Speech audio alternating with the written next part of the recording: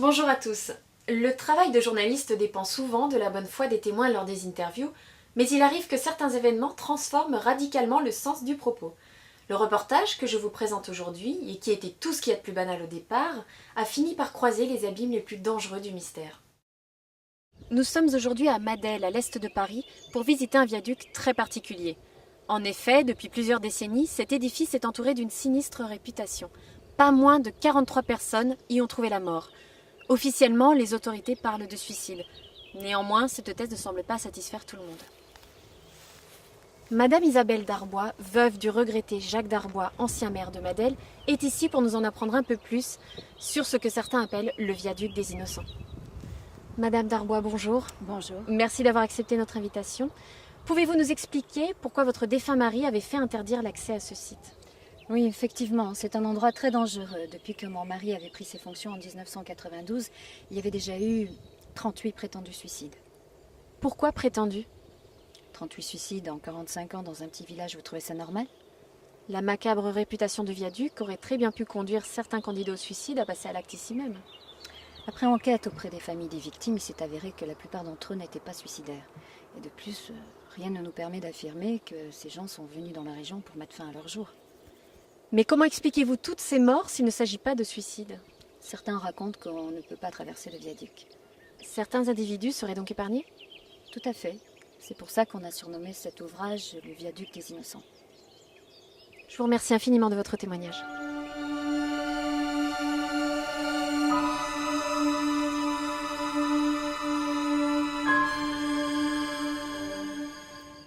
Nous sommes à présent avec Monsieur Fabrice Collin, le maire actuel de Madel, qui a bien voulu venir nous parler de cet endroit. Monsieur le maire, bonjour. Bien bonjour. Merci à vous de nous accorder un peu de votre précieux temps. Eh bien merci de vous intéresser à notre commune et à ce magnifique lieu. Monsieur le maire, pourriez-vous nous présenter un peu le viaduc ? Bien sûr, vous êtes ici devant cette gigantesque construction qui a été achevée en 1929 après 4 ans d'efforts. La ligne, principalement utilisée pour le transport des marchandises, a fonctionné jusqu'en 1947, donc pendant 15 ans. Suite à un déficit, elle a dû être arrêtée. Pendant la Seconde Guerre mondiale, les Allemands s'en sont servis pour faire passer les trains des déportés. Les Alliés l'ont bombardé afin d'arrêter cet odieux trafic. L'édifice a été très peu endommagé. Mais comme les trains devaient ralentir pour passer sur le pont, certains prisonniers en profitaient pour sauter des wagons et ainsi pouvoir s'enfuir. Est-ce que tous ces suicides et toutes ces histoires que l'on raconte sur le viaduc sont liés à ce passé douloureux ? Vous n'allez pas croire à ces superstitions, non ? Mais il paraît qu'une quarantaine de personnes auraient sauté dans le vide. Alors, ce chiffre est exagéré. Il a été inventé par des commerçants des alentours pour se faire de la publicité et ramener des gens chez eux. C'est une rumeur qu'ils ont répandue. D'ailleurs, je vous invite à me suivre et à venir admirer le plus beau point de vue de Madel.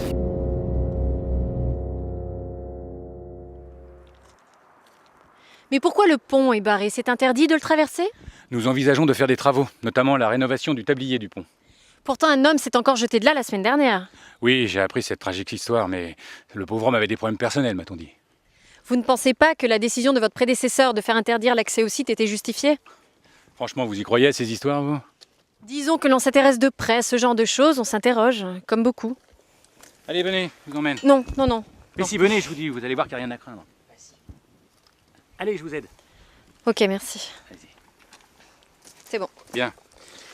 Comme vous voyez, le sol a besoin d'un rafraîchissement. On ne peut pas impunément laisser les promeneurs dégrader cet endroit. Nous sommes en train de voter un budget d'ailleurs.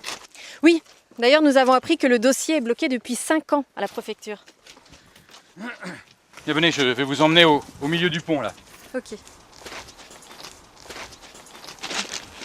C'est à cet endroit précis qu'en 1944 un obus a explosé et a endommagé la structure du pont. D'ailleurs, un pauvre déporté avait essayé de sauter du wagon et à ce moment-là, il a été...